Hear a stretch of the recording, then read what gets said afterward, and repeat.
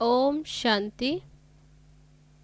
आज 9 जून 2021। बाबा कहते, मीठे बच्चे, बाप आए हैं सारी दुनिया से विकारों की तपत बुझाए सबको शीतल बनाने। ज्ञान बरसात शीतल बना देती है। प्रश्न है, कौन सी तपत सारी दुनिया को जला रही है? उत्तर है, काम विकार की तपत सारी दुनिया को जला रही है। सब काम अग्नि में जलकर काले हो गए।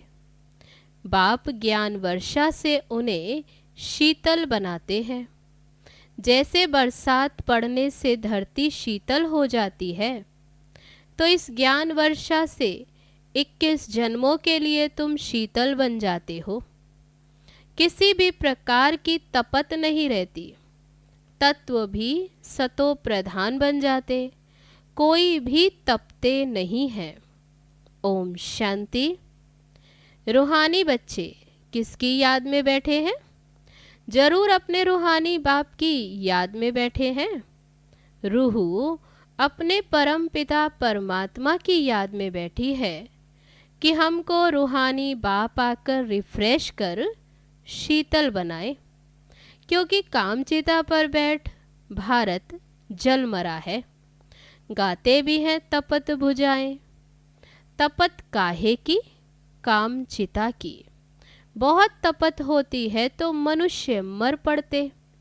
इस कामचिता की तपत में भारत एकदम जल मरा है। इसलिए बाप को याद करते हैं कि आकर शीतल बनाओ। बरसात पड़ने से शीतलता हो जाती है, धरती शीतल हो जाती। ये तो बरसात है ज्ञान की।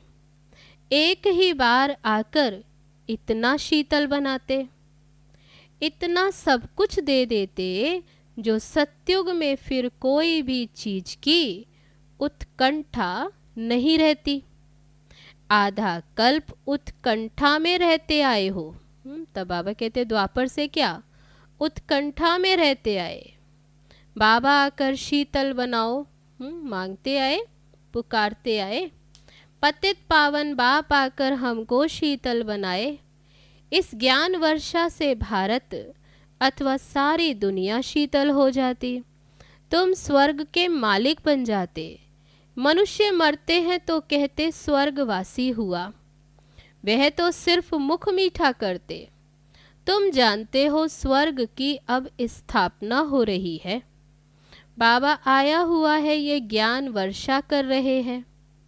शीतलता का असर 21 जन्म रहता है। वहाँ न बरसात है, न किसी भी चीज की इच्छा रहती। सदैव बाहर ही बाहर रहती है। वहाँ कोई भी प्रकार का दुख नहीं रहता। सूर्य भी तमो, बाबा कहते यहाँ तो दुख ही दुख है। तब यहाँ सूर्य भी तमो प्रधान बन जाता और वहाँ तो सूर्य भी सतो प्रधान। वहाँ कभी तपत नहीं दिखाते। तब बाबा कहते यहाँ तो विकारों की भी तपत है, तो देखो कितना दुख। तो सूर्य भी तपता है, वहाँ तो सूर्य की भी तपत नहीं। तुम सारे विश्व के मालिक बन जाते हो। अभी तो गुलाम है ना। गाते हैं मैं गुलाम तेरा। बाप को याद करते हैं। अब बाबा कहते तुम्हारी सेवा में मैं तुम्हारा गुलाम बनकर आया हूँ। तुम बच्चों की सेवा करता हूँ। पराये देश, तब कहाँ आते बाबा? पराये देश पतित देश, पतित शरीर में मैं आता हूँ।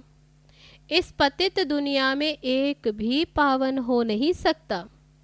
सत्युग को पावन और कलयुग को पतित कहा जाता है, क्योंकि सब विकारी हैं। भारतवासी ही इस नॉलेज को समझेंगे। जिन्होंने 84 जन्म लिए हैं वही ये नॉलेज सुनेंगे। व जो सत्युग त्रेता में आने वाले हैं वही आकर ब्राह्मण बनेंगे, नंबरवार पुरुषार्थ अनुसार। बाप ने समझाया है, अभी तुम ब्राह्मण वर्ण में हो, फिर वही देवता वर्ण में आएंगे। ब्राह्मण वर्ण अर्थात ब्राह्मण धर्म स्थापन करने बाप आते हैं। ब्रह्मा ब्राह्मण धर्म स्थापन करते। ऐसे नहीं कहेंगे कि परमपिता परमात्मा आकर शूद्रों को ब्राह्मण बनाते हैं। ये तुम्हारी बाजोली चलती है। ये तो बहुत सहज है। तुम जानते हो ये चक्र कैसे फिरता। विराट रूप में ब्राह्मणों की चोटी और शिव बाबा को भूल गए हैं। तब बाबा कहते न शिव बाबा और ना ही फिर ब्राह्मण, दोनों को ही भूल गए। कहते हैं देवता क्षत्रिय वैश्य शूद्र, फिर शूद्र से देवता। अब ब्राह्मण कहाँ गए? ब्राह्मण लोग गाते भी हैं ब्राह्मण देवताए नमः। तब प्रजापिता ब्रह्मा की वंशावली कहाँ गए? बाबा कहते फिर ब्रह्मा की वंशावली कहाँ गए? प्रजापिता ब्रह्मा का नाम तो बाला है, चित्रों में कितनी भूल कर दी। प्रजापिता ब्रह्मा की औलाद का कोई नाम निशान नहीं। स्कूल में टीचर पढ़ाते, वह फिर भी सोर्स ऑफ इनकम है। पढ़ाई पढ़ते हैं तो कमाने का साधन है। एम ऑब्जेक्ट तो जरूर चाहिए ना। तुम बच्चे जानते हो उस पढ़ाई से ही मर्तबा मिलता। पतित दुनिया में भगवान आकर पतितों को पढ़ाते हैं। बाबा कहते हैं मैं तुम बच्चों को पढ़ाकर पावन बनाता हूँ। इस पढ़ाई से इनकम देखो कितनी भारी। तब क्या इनकम? आधा कल्प के लिए तुम तकदीर बनाते हो। भारत में ही गाया हुआ है 21 पीढ़ी। अभी तुम बेहद के बाप से 21 पीढ़ी बेहद का वर्षा पाते। लौकिक बाप का अल्पकाल क्षण भंगुर का वर्षा। इस बाप से तुम ऐसा वर्षा पाते हो जो पीढ़ी बाई पीढ़ी तुमको दुख नहीं रहेगा। भारत में ही बेहद का सुख था। ये ज्ञान और किसकी बुद्धि में नहीं। ये ज्ञान देने वाला बाप जाने और जिनको देते हैं वह जाने, और न जाने कोई। ग्रंथ में भी फिर उनकी महिमा गाई हुई है। एको अहंकार निराकार निरअहंकारी। इसका अर्थ भी अभी तुम बच्चे समझते हो। वे तो सिर्फ गाते हैं निरअहंकारी। इतनी बड़ी अथॉरिटी होते हुए भी उनको कोई अहंकार नहीं। यहाँ तो थोड़ी पोजीशन वाले भी होते तो देखो कितना नशा उन्हों को रहता। वह है अल्पकाल वाले मर्तबे का नशा कि मैं फलाना हूँ। अभी तुमको इस रूहानी पढ़ाई का नशा है।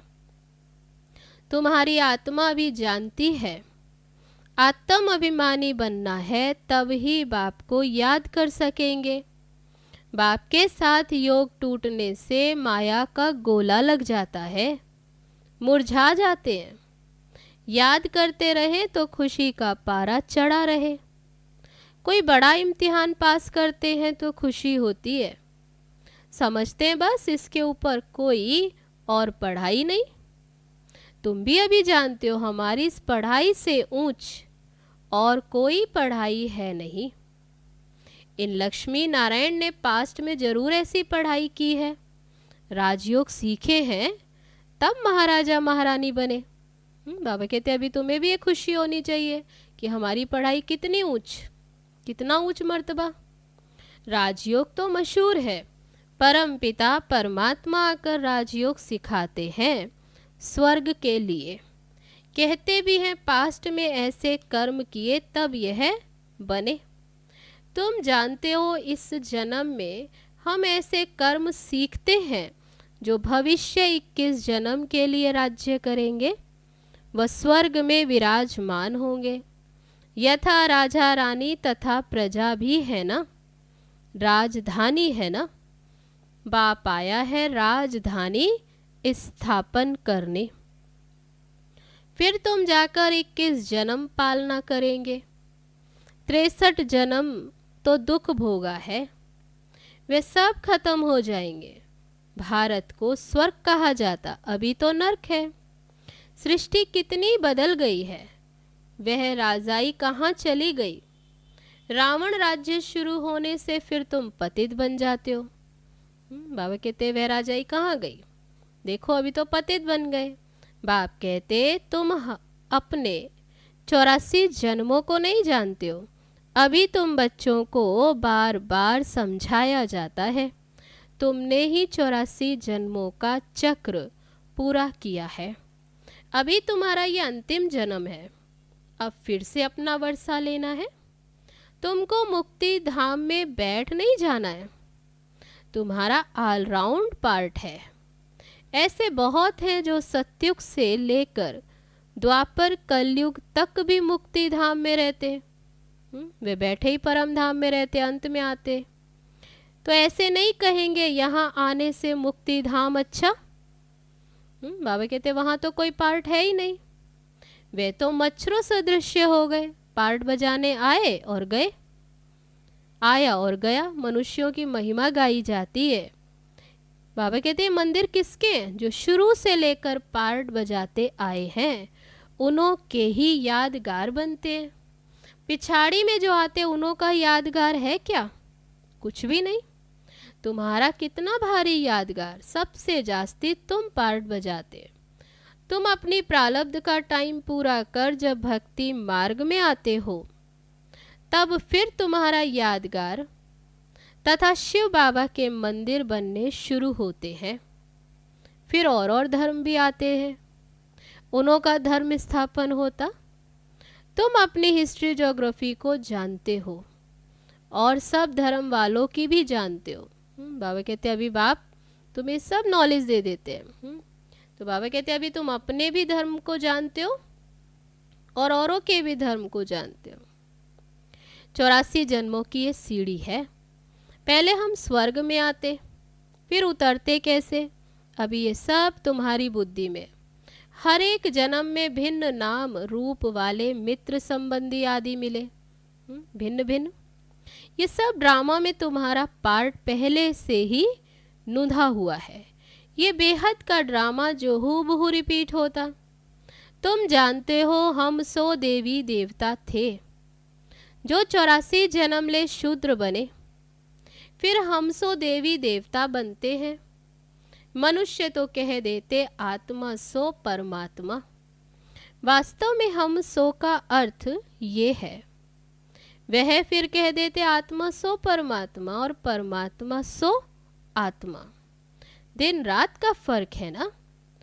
तुम अभी इन बातों को जानते हो। तुम अभी पांडव बने हो। कौरव पांडव भाई भाई थे ना। अभी बाप मिला है तो तुम कौरव से पांडव बने हो। प्रीत बुद्धि। बाबा तुमको दुख से लिबरेट कर गाइड बनकर ले जाते। घर का तो किसको भी पता नहीं। वे कह देते आत्मा ब्रह्म में लीन हो जाएगी, तो घर थोड़ी ही ठहरा। क्योंकि घर में कोई लीन थोड़े होते हैं, घर में तो रहा जाता है। उनको इनकारपोरियल वर्ल्ड कहा जाता। अभी तुम बच्चे जानते हो हम निराकारी आत्मा निराकारी वर्ल्ड में बिंदी मिसल निवास करते हैं। वहाँ भी निराकारी झाड़ है। ये ड्रामा बना हुआ है। बीज और झाड़ को जानना है। इनका नाम ही है वैरायटी धर्मों का झाड़। ये मनुष्य सृष्टि है। इसका बीज रूप बाप है। कितनी वैरायटी है। हर एक धर्म वाले के फीचर्स न्यारे। फिर यहाँ भी एक की शक्ल ना मिले दूसरे से। कितने वैरायटी। ये भी ड्रामा बना हुआ है। कल्प वृक्ष की आयु 5000 वर्ष है। ये बाप ही समझाते हैं। मनुष्य एक्टर्स हैं, यहाँ पार्ट बजाने आते हैं। ये मांडवा है। रोशनी के लिए फिर ये सूर्य चांद आदि ये बत्तियां हैं। ये कोई देवता थोड़ी है। सूर्य देवता चंद्र देवता बाबा कहते हैं ये देवता थोड़ी, ये तो बत्तियां हैं, परंतु सर्विस करते हैं इसलिए फिर देवता कह देते। वास्तव में देवताएं कोई सर्विस नहीं करते। सर्विस तो कौन? बाबा कहते सर्विस तो तुम बच्चे करते हो। बाप ओबीडिएंट सर्वेंट है। बच्चे दुखी होते तो बाबा को तरस पड़ता है। बाप आए हैं समझाने, तुम बच्चों को फिर से 100 देवी देवता पद प्राप्त कराने आता हूँ। चढ़ती कला उतरती कला हर चीज की होती है।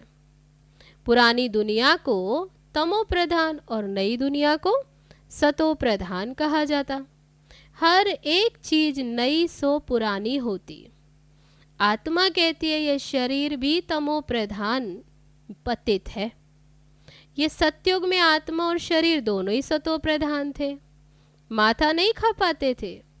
आत्मा को अभी ज्ञान मिला है, स्मृति आई है, हम 84 जन्म लेते।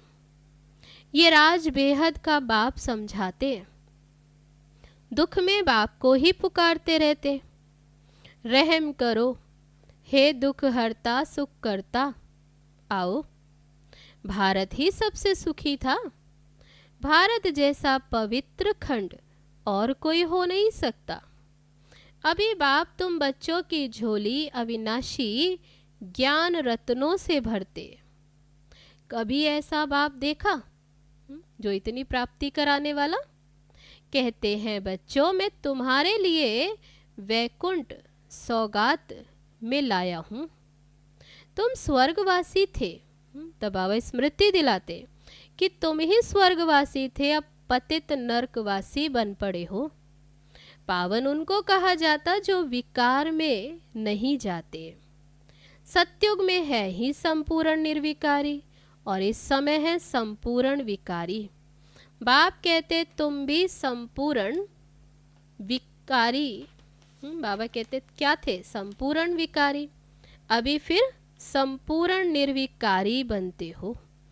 बाबा कहते स्मृति दिलाते कि तुम ही सतयुग में संपूर्ण निर्विकारी थे, फिर संपूर्ण विकारी बने, अब फिर से संपूर्ण निर्विकारी बनते। तो बाबा कहते कि संपूर्ण निर्विकारी देवता पद पाना है तो बाप को याद करो। बाप की याद करने से ही संपूर्ण निर्विकारी देवता पद पाए। अक्षर देखो बाबा कहते कितने अच्छे हैं। मन मना भव, मुझ बाप को याद करो तो तुम तमो प्रधान से सतो प्रधान बन जाएंगे। कितनी सहज युक्ति। मन मना भव, मैं सर्वशक्तिवान हूँ ना। बाबा कहते मैं सर्वशक्तिवान हूँ, मुझे याद करो। याद को ही योग अग्नि कहा जाता, जिससे ही तुम्हारे पाप दग्ध होंगे, तुम पवित्र बन जाएंगे। याद से पाप दग्ध हो जाएंगे और तुम पावन बन जाएंगे, पवित्र बन जाएंगे। अच्छा, मीठे मीठे सिकी लदे बच्चों प्रति माता पिता बाप दादा का याद प्यार और गुड मॉर्निंग। रूहानी बाप की रूहानी बच्चों को नमस्ते। हम रूहानी बच्चों की रूहानी बाप दादा को नमस्ते नमस्ते। ओम शांति। अब है धारणा के लिए मुख्य सार। पहली पॉइंट, रूहानी पढ़ाई के नशे में रहना है, बाप समान निरअहंकारी बनना है, पोजीशन आदि का अहंकार नहीं रखना है। दूसरी पॉइंट, अपनी झोली ज्ञान रत्नों से भरनी है, संपूर्ण निर्विकारी पद पाना है। संपूर्ण निर्विकारी बन देवता पद पाना है, कभी भी मुरझाना नहीं है। अब है आज का वरदान। सर्व आत्माओं के पतित संकल्प व वृत्तियों को भस्म करने वाले मास्टर ज्ञान सूर्य भव। जैसे सूर्य अपनी किरणों से किचड़ा गंदगी के कीटाणु भस्म कर देता है, ऐसे जब आप मास्टर ज्ञान सूर्य बनकर कोई भी पतित आत्मा को देखेंगे तो उनका पतित संकल्प, पतित वृत्ति व दृष्टि भस्म हो जाएगी। पतित पावनी आत्मा पर पतित संकल्प वार नहीं कर सकता। पतित आत्माएं पतित पावनियों पर बलिहार जाएंगी। इसके लिए माइट हाउस अर्थात मास्टर ज्ञान सूर्य स्थिति में सदा स्थित रहो। अब है आज का स्लोगन। अपने धारणा स्वरूप से योगी जीवन का प्रभाव डालना, यह बहुत बड़ी सेवा है। अच्छा, ओम शांति।